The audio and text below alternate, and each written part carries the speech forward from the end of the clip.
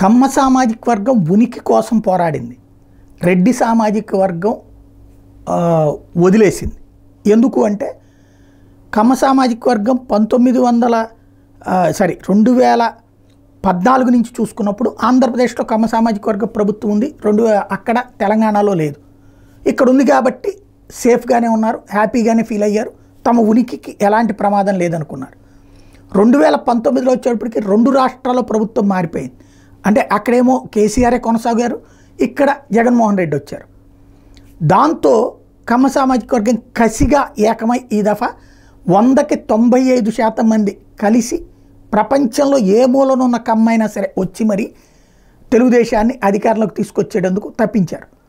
అయితే 2019లో రెడ్డి సామాజిక వర్గం ఏకమైంది. ఎందుకు? రెడ్ల కథ ముగిసిపోతుందా అన్నటువంటి భయం ఎందుకు వచ్చింది? 2014లో ఇక్కడ చంద్రబాబు, అక్కడ కేసీఆర్ రావటం, ఒక పక్కన కమ్మ, ఇంకో పక్కన వెలమ. దాంతో రెడ్డి సామాజిక వర్గం అనేది అధికారానికి శాంతం దూరం అయిపోయింది. ఆ కసితో 2019లో జగన్కి పూర్తిగా సపోర్ట్ చేసుకొచ్చారు. అంతకుముందు అనంతపురం లాంటి చోట్ల ఓటమి పాలైనటువంటి వైసీపీ 2019కి వచ్చేటప్పటికి మొత్తం రాయలసీమ, అట్లాగే నెల్లూరు, ప్రకాశం, అంటే ఏదైతే రెడ్డి సామాజిక వర్గం బలంగా ఉండేటటువంటి గ్రేటర్ రాయలసీమ బెల్ట్లో దాదాపుగా ఘన విజయం అనే కంటే కూడా అద్భుతమైన విజయం సాధించిందని చెప్పాలి.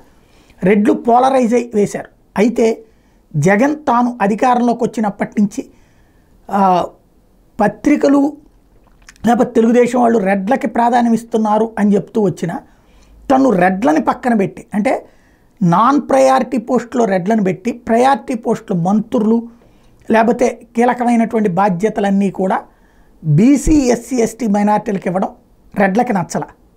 రెండవది, ఇదివరకు కమ్మ సామాజిక వర్గం సంపాదించుకుంది, అక్కడ తెలంగాణలో వెలమ సామాజిక వర్గం సంపాదించుకుంది, ఇక్కడ జగన్ వచ్చాక రెడ్లని తిననివ్వలేదు అన్నటువంటి కసి ఒకటి బాగా పెరిగింది.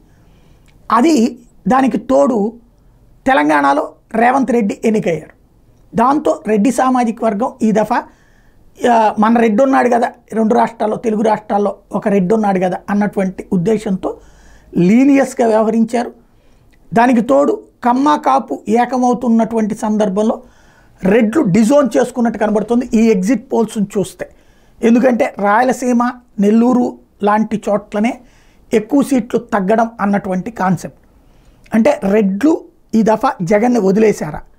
ఎగ్జాక్ట్ పోల్స్ సందర్భంగా తేలుతుంది. ప్రస్తుతానికి ఎగ్జిట్ పోల్స్ చూస్తే రెడ్డి సామాజిక వర్గం మొత్తం దూరం అవ్వడం కాదు, కానీ 15 నుంచి 20-25% దూరం అయినట్టు కనబడుతోంది.